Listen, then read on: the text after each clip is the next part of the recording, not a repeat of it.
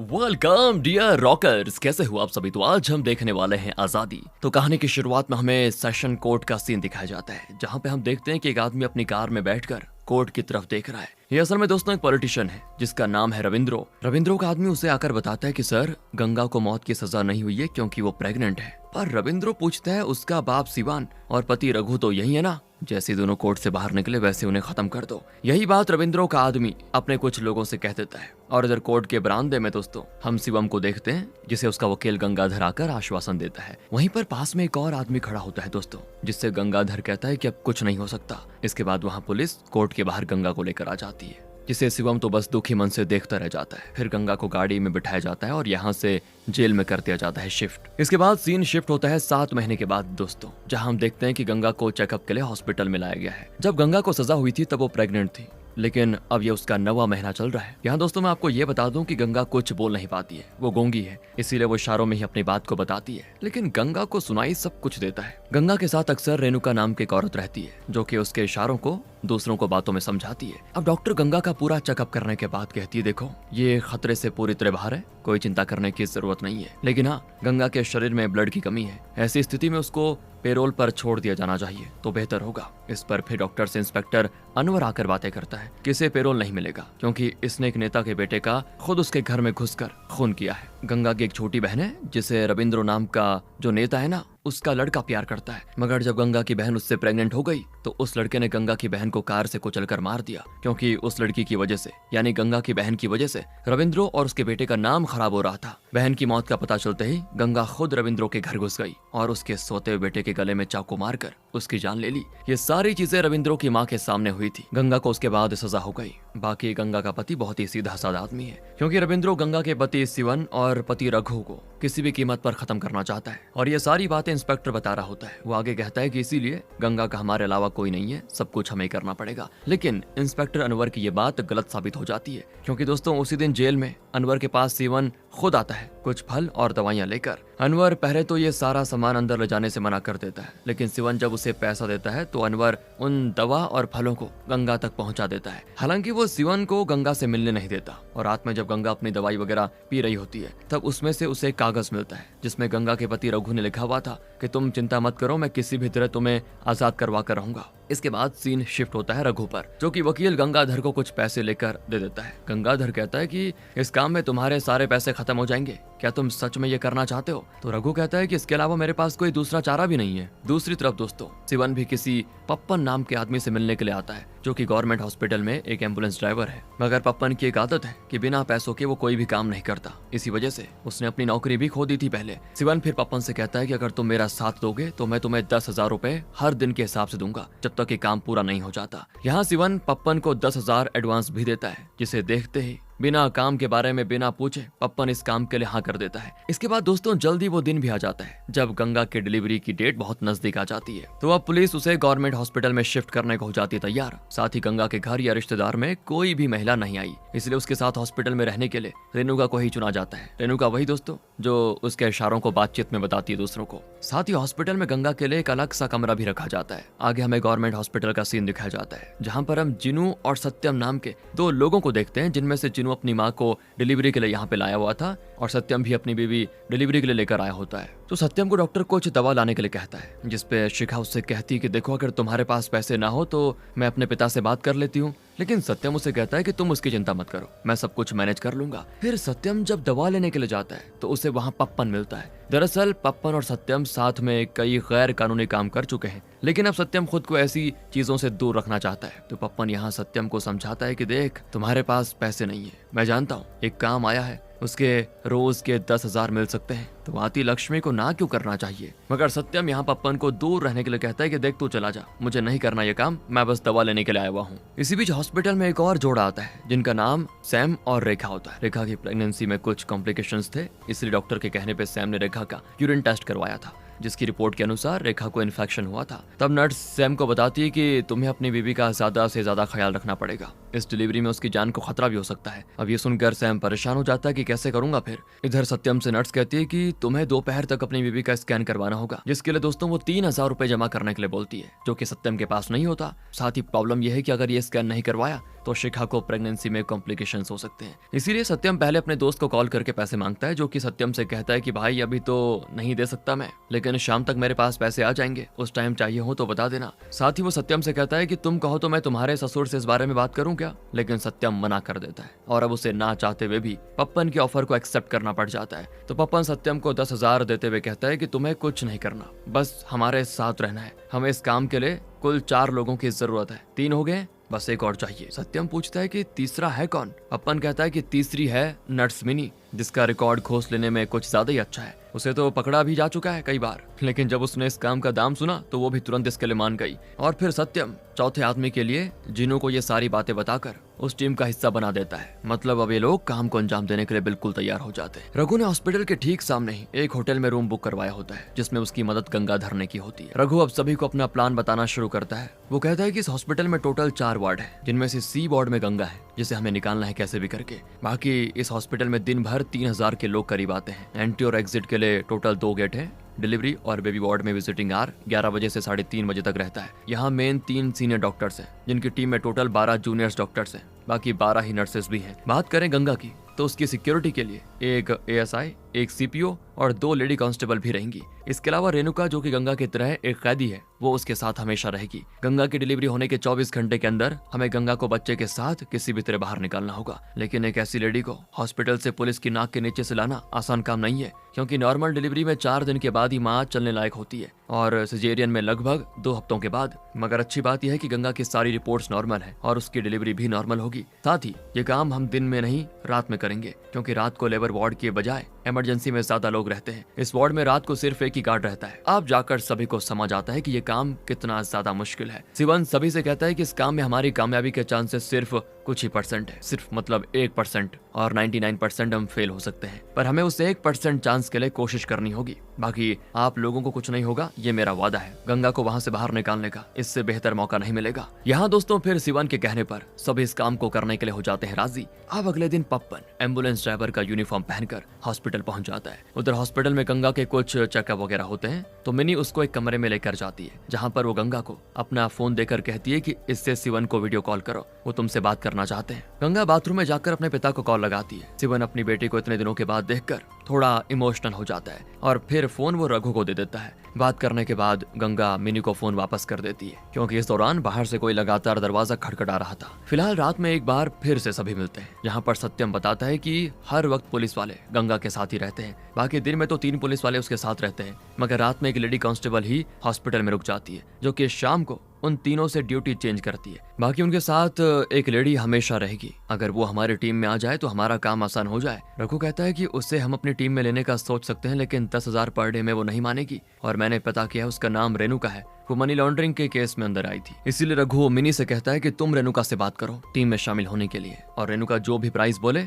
उसमें सेटल कर देना। मिनी कहती है कि मेरी जॉब को खतरा हो सकता है इसमें, अगर उसने किसी को बता दिया तो क्या होगा। रघु कहता है कि अगर रेणुका राजी हो गई तो मैं तुम्हें रेणुका को दी जाने वाली पेमेंट का 20% और दूंगा। जो चीज दोस्तों पप्पन भी सुनता है और उसे लालच आ जाता है। यहाँ पे अगले सुबह शिवन मिनी को कुछ खाने पीने की चीजें उसकी बेटी को देने के लिए बोलता है, तो मिनी साफ मना कर देती है। वो कहती है कि हॉस्पिटल में इस तरह बाहर की चीजें अलाउ नहीं होती, खासकर एक कैदी को किसी को पता चला तो दिक्कत हो जाएगी। वैसे भी मेरे ऊपर कई बार घूस लेने का इल्जाम तो लगा हुआ है। तो इस पर शिवन एक स्वीट का पैकेट मिनी को देते हुए कहता है, और चीजें नहीं तो कम से कम ये तो दे ही सकती हो। तब मिनी इसके लिए राजी हो जाती है। वो जाकर इस स्वीट के पैकेट को गंगा को दे देती है, लेकिन उसे वहाँ पे रेणुका देख लेती है। तो मिनी बहाना मारती कि मेरा वो आज बर्थडे है ना, इसलिए मैं लोगों को मिठाइयाँ बांट रही हूँ। गंगा तुम रेणुका से भी मिठाई शेयर कर देना। और अब दोस्तों देखिए पप्पन की चालाकी, वो पहले रेणुका के पीछे पड़ जाता है ताकि वो रेणुका को अपनी टीम में शामिल होने के लिए मना सके।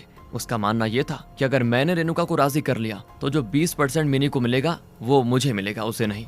अब पप्पन को ये करते हुए जिनू और सत्यम देख लेते हैं और वो उसे ऐसा करने से पहले रोकते भी हैं कि मत कर। पप्पन कहता है अगर वो 20% मिनी को मिलता है तो वो किसी को कुछ नहीं देगी, मगर वो मुझे मिला तो उससे मैं बराबर में हम तीनों में बांटूंगा। क्या कहते हो? ये सुनकर ये सभी राजी हो जाते हैं। तो जिनू और सत्यम इस पॉइंट पर पुलिस का ध्यान भटकाते हैं और पप्पन जाकर रेणुका से बातें करता है। वो रेणुका से कहता है कि हम गंगा को यहाँ से निकालने वाले हैं, तुम हमारा साथ दो, इसके बदले मैं तुम्हें मुंह मांगे पैसे दूंगा। यहाँ पे रेणुका पप्पन से बिना कुछ बोले चली जाती है। फिर वो जब अंदर जा रही होती है तो पप्पन उसके पीछे होता है और उसे बार बार इशारों के जरिए कह रहा होता है कि अगर तुम राजी नहीं हुई तो प्लीज इस बारे में किसी को मत ही बताना। और यहाँ जिनू और सत्यम समझ जाते हैं कि पप्पन ने सब गड़बड़ कर दी। रेणुका भी बार बार पप्पन को पीछे मुड़ मुड़ कर देख रही होती है, जिससे इंस्पेक्टर हकीम दोस्तों बीच में ही रोक कर पूछता है कि तुम किसको देख रही हो। तो रेणुका तुरंत सब कुछ हकीम से बता देती है कि एम्बुलेंस ड्राइवर मुझसे मदद मांग रहा है गंगा को भगाने के लिए। और इसने तो सब पर्दा खोल लिया यार। और ये पता लगते ही तुरंत हकीम कॉल करता है अपने सीनियर विलियम को।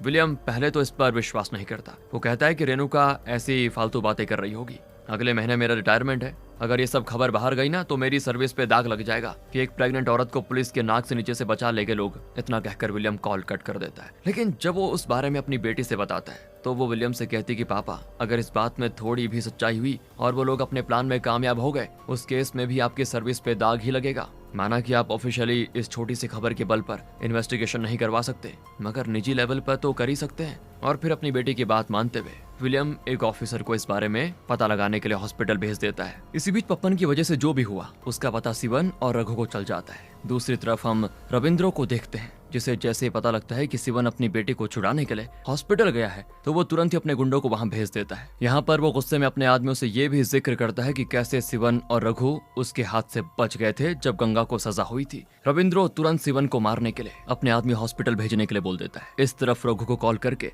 सत्यम, जिनू और मिनी उसके इस प्लान से निकलने का अपना फैसला उसे बता देते हैं, क्योंकि पप्पन की वजह से अब पुलिस अलर्ट हो चुकी है। इसलिए वो सभी कहते हैं कि हम ये काम नहीं कर सकते। अब बेचारा रघु क्या ही कर सकता था। पर इसी बीच सिवन वहाँ रविंद्रो के गुंडे को देख लेता है। इस पॉइंट पर रघु सिवन से कहता है कि अभी आप यहाँ से गंगाधर के पास जाओ और वहीं रहो, बाकी मैं यहीं रहूंगा और चाहे जो भी हो किसी भी तरह आज रात को इस काम को पूरा करके ही रहूंगा। इसके बाद अगले सीन में हम हॉस्पिटल में एक नए कैरेक्टर को एंट्री मारते हुए देखते हैं दोस्तों, जो कि है ऑफिसर रानी। और रानी को ही विलियम ने गंगा के जेल से भागने वाले केस पे भेजा होता है, मगर ये सब ऑफिशियल नहीं है। रानी को इंस्पेक्टर हकीम सब कुछ बताता है। फिर रानी मिलने जाती गंगा से और उससे कहती है कि तुम अभी हमारे ही साथ रहोगी, वो भी लंबे समय तक। सुना है तुम्हारे पिता तुम्हें एक बार देखने के लिए काफी परेशान है, बताओ। यहाँ रानी गंगा से ये सब बोलते हुए नोटिस करती है कि कमरे में काफी सारी चींटियां हैं जो कि गंगा की रखी हुई मिठाई पे जा रही हैं। अब रानी इसके बाद पूछताछ करती है मिनी से। रानी पूछती है कि तुमने अपने बर्थडे पर सिर्फ गंगा को ही मिठाई खिलाई और किसी को क्यों नहीं खिलाई। कि सुनते ही मिनी एकदम हैरान,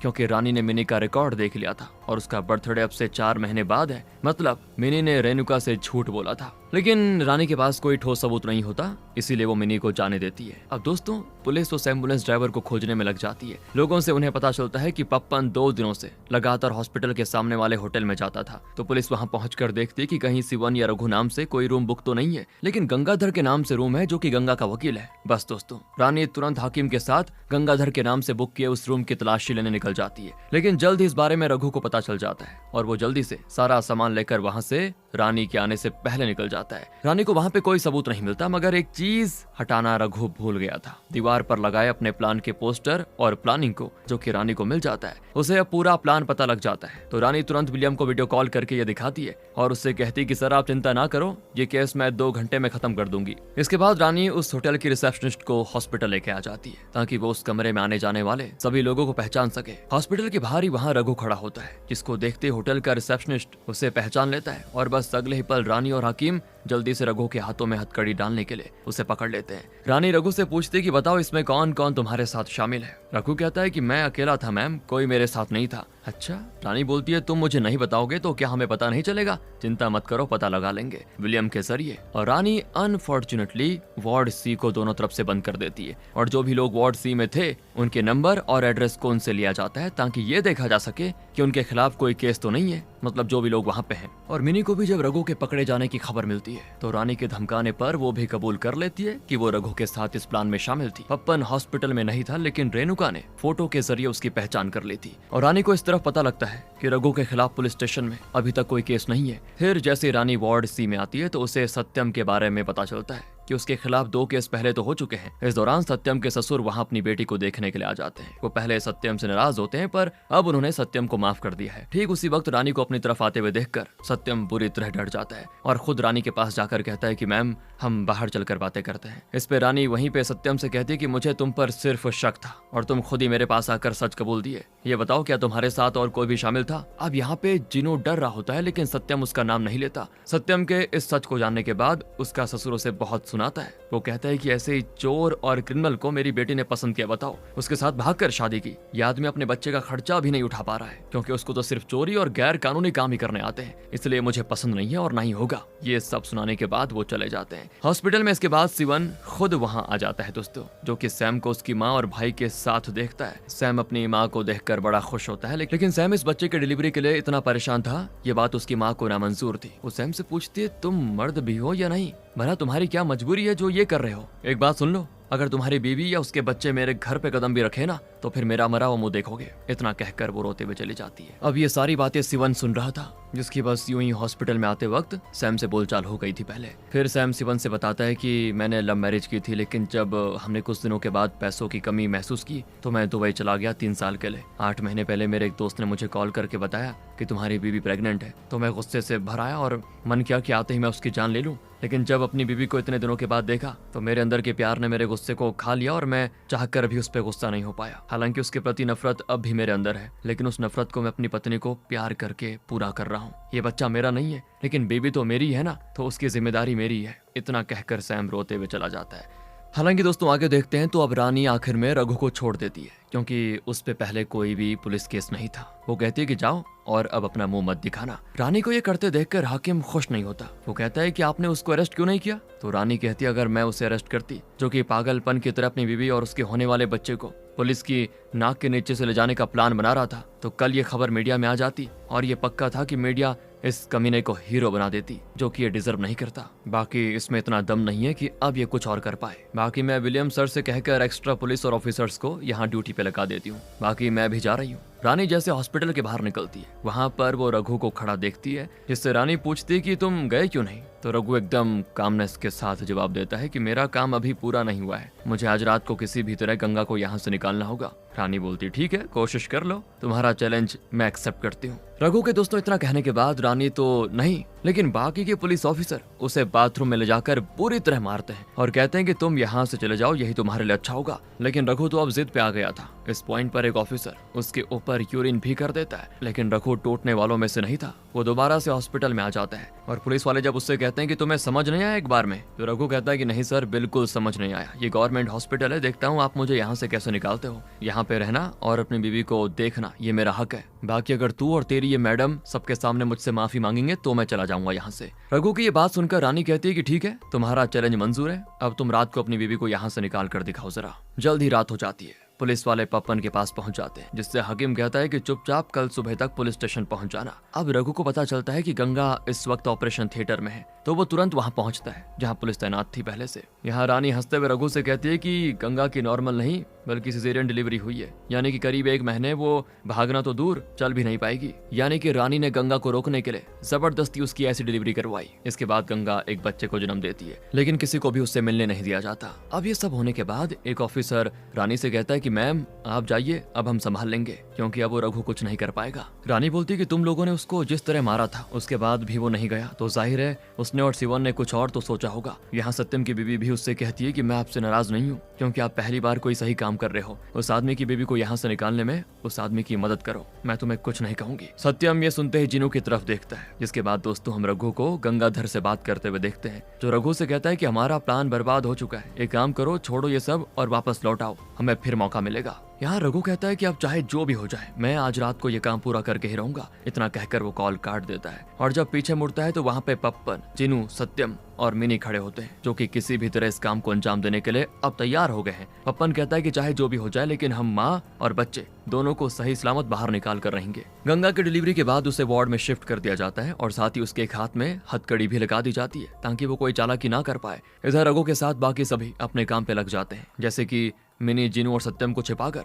वार्ड में एंट्री करवा देती है। बाहर पपन इंतजार कर रहा होता है कि कब ये लोग गंगा और उसके बच्चे को लेकर आएंगे और कब हम निकले। साथ ही रविंद्रो के गुंडे वो भी शिवन को मारने के लिए घेर लेते हैं उसे, क्योंकि अब रात हो चुकी थी और ये सही समय था शिवन और रघु को एक एक करके खत्म करने का। इस तरफ पुलिस को चकमा देकर सत्यम, मिनी और जीनू ये सभी मिलकर पहले मिनी के हेयर पिन से गंगा की हथकड़ी खोलते हैं। फिर ये सभी गंगा को स्ट्रेचर में करके बाहर लेकर जाते हैं। इस दौरान मिनी बड़ी ही चालाकी के साथ 2 महिला पुलिस कांस्टेबल को अंदर बंद कर देती है। उधर गुंडे शिवन पर हमला कर चुके होते हैं, पर वो भूल चुके थे कि शिवन असल में कोई मामूली आदमी नहीं बल्कि पुराना चावल है। दोस्तों 60 साल का होने के बावजूद शिवन सभी गुंडों को बहुत ही बुरी तरह मारता है। रघु भी तुरंत पप्पन को कॉल करके कहता है बस हमें 2 मिनट में किसी भी तरह निकलना होगा। इतना कहकर वो बाहर आ जाता है और इसका पीछा दोस्तों रानी अपने ऑफिसर से करवाती है, लेकिन रघु वहां से ऑटो में बैठकर चला जाता है। तो पुलिस को लगता है कि वो चला गया, लेकिन रघु रोड पे जाकर उस गाड़ी को आग लगा देता है जिसमें रानी और बाकी पुलिस वाले आए थे। इस आग के बारे में जब रानी को पता चलता है तो रानी वहां पर जाकर गुस्से में लाल हो जाती है। साथ ही अब उसने विलियम से पूछकर और भी ऑफिसर्स को बुला लिया होता है। अब 2 ऑफिसर्स रघु के पीछे जाते हैं जिनसे रघु की मुठभेड़ हो जाती है। इस तरफ जब सत्यम और बाकी लोग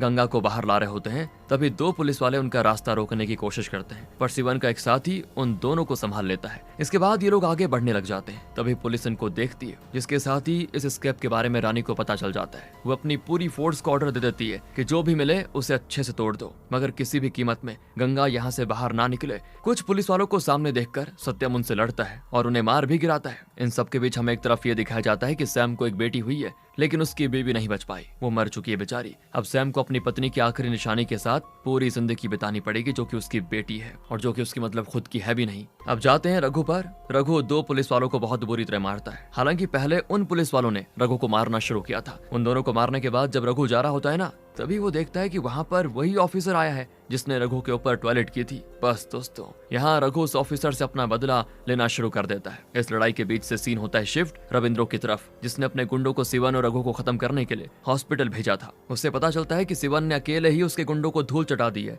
इस पे रविंद्रो कहता है कि उस दिन कोर्ट के बाहर भी शिवन ने ही मेरे लोगों को मारा था और अपने दामाद को वहां से निकाल लिया था। इसी बीच दोस्तों रविंद्रो को कर्नाटका से उसके गुंडों का फोन आता है, जो कि उससे कहते हैं कि सर रघु इस वक्त हमारे सामने बैठा हुआ है, एक इशारा करो तो हम उसको यहीं खत्म कर दें। इतना कहकर वो रविंद्रो को रघु की फोटो भेज देता है, जिसको देखने के बाद रविंद्रो कहता है कि अगर ये रघु है तो इस वक्त शिवन के साथ हॉस्पिटल में कौन है। दोस्तों हमें हॉस्पिटल वाले रघु को अब दिखाया जाता है, जो कि इस इंस्पेक्टर का मेन पार्ट पत्थर से कुचलकर अपना बदला ले लेता है। दूसरी तरफ सत्यम लोग जब गंगा को बाहर लेकर आते हैं तो देखते हैं कि वहाँ पर पप्पन को पहले पकड़ लिया गया है और रानी पहले से वहाँ पे उसका इंतजार कर रही है, मतलब उनका। यहाँ इनका प्लान फेल होता दिख रहा होता है। सभी अरेस्ट हो जाते हैं। पुलिस शिवन को पकड़ भी लेती है, लेकिन रघु भाग गया होता है। दोस्तों मैं जानता हूँ कि ये असली रघु नहीं है, लेकिन कोई कंफ्यूजन ना हो इसीलिए इसको रघु ही कहेंगे। खैर अब यहाँ पर विलियम भी आता है, जो कि बहुत ही खुश है क्योंकि रानी ने सभी को पकड़कर इस प्रिजन ब्रेक को नाकाम कर दिया। रानी कहती है कि रघु भाग गया है, जिसे हम बस 1 घंटे में पकड़ लेंगे।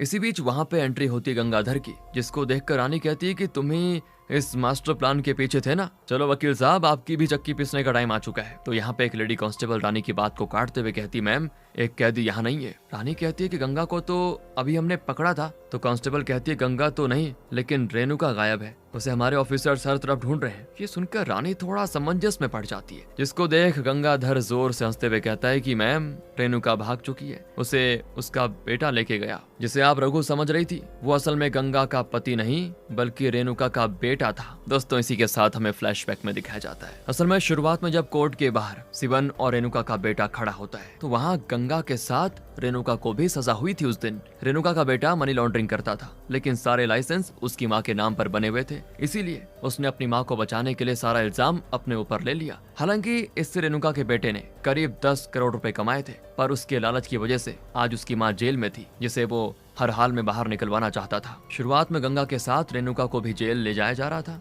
रेणुका का बेटा यानी नकली रघु जब गंगाधर के घर में बैठा होता है तभी दरवाजे पर शिवन अपने दामाद यानी असली रघु के साथ आता है। उनके पीछे रविंद्रो के गुंडे लगे हुए थे। तो शिवन गंगाधर से कहता है कि मैं खुद को तो बचा लूंगा, लेकिन मुझे अपने दामाद रघु की चिंता है। गंगाधर कहता है कि मैं रघु को कर्नाटका भेज दूंगा, जहाँ मेरे जान पहचान के लोग इसको हिफाजत रखेंगे। मतलब अगर कोई इसको वहाँ ढूंढ भी लेता है तो वहाँ के लोकल से मेरी जान पहचान है, वो इसे कुछ नहीं होने देंगे, तुम उसकी चिंता मत करो। मतलब इस बात से हम समझ जाते हैं दोस्तों कि रविंद्रो के आदमियों के पता लगाने के बावजूद असली रघु अभी भी सेफ होगा। खैर यहाँ रेणुका के बेटे को देख गंगाधर को एक आइडिया आता है, जिसे गंगाधर उससे शेयर करता है। रेणुका के बेटे को अब दुनिया के सामने गंगा का पति बनकर रहना होगा। इस काम के लिए शिवन उसका साथ देने के लिए तैयार हो जाता है। पैसे तो उसके पास थे ही, बस उसे किसी भी तरह अपनी माँ को बाहर लाना था। फिर ये सभी लोग गंगा की डिलीवरी का वेट करते हैं। जब एक बार शिवन ने गंगा की बात रेणुका के बेटे से करवाई थी, उस वक्त उसने गंगा से बोला था कि आप रेणुका यानी मेरी माँ को समझा दो कि अगर नर्स मिनी जब उन्हें अपने साथ मिलने की बात करे तो वो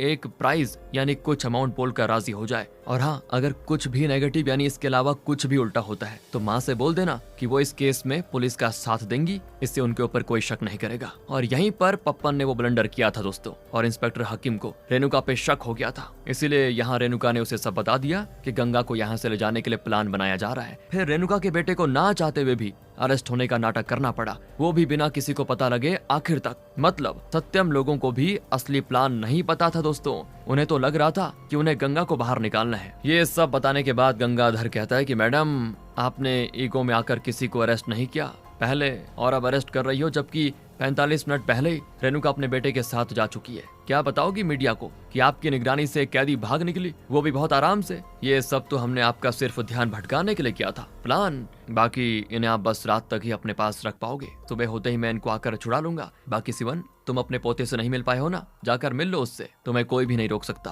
और यहाँ शिवन हंसते हुए रानी से कहता है, मैडम, रेणुका के बेटे ने मुझे मुंह मांगे पैसे दिए इस काम के लिए, जो कि मेरी बेटी और दामाद के काम आएंगे। सभी बड़े खुश होते हैं, पप्पन और सत्यम वगैरह भी। लेकिन रानी गुस्से में होती है दोस्तों। वो गंगाधर से कहती है कि वकील साहब, ये मत समझना कि आज रात ये सब कुछ खत्म हो गया। मैं उस रेणुका और उसके बेटे को पाताल लोक से भी खोज कर निकालूंगी। इसी पॉइंट पर सीन शिफ्ट होता है रेणुका और उसके बेटे की तरफ, जो कि समुद्र के रास्ते देश छोड़कर निकल चुके होते हैं दोस्तों। इसी के साथ होती है मूवी खत्म। रुकिए जरा, आप कंफ्यूज हो गए होंगे कि आखिर इस पूरे प्लॉट में हमें सैम के कैरेक्टर और उसकी कहानी क्यों दिखाई गई ना। तो दोस्तों, जिस तरह से शिवन और गंगाधर ने सभी का ध्यान मूवी में गंगा को जेल से भगाने पर लगा रखा था, उसी तरह डायरेक्टर ने सैम के कैरेक्टर को इसीलिए डाला ताकि हम लगातार ये सोचते रहें कि इस कैरेक्टर का भी आखिर में कोई ना कोई काम होगा। लेकिन उसका कोई रोल था ही नहीं इंपॉर्टेंट, बस एक फिलर सब प्लॉट की तरह काम करता है, जिसका असली काम था कहानी में बेवकूफ बनाना, कंफ्यूजन करना। और जेल में भी दोस्तों नकली रघु ने वो लेटर गंगा के लिए नहीं बल्कि अपनी माँ के लिए भेजा था। बाकी आपका इस बारे में क्या सोचना है कमेंट करके बता दीजिए। मिलते हैं आपसे अगली वीडियो में। ध्यान रखिए अपना।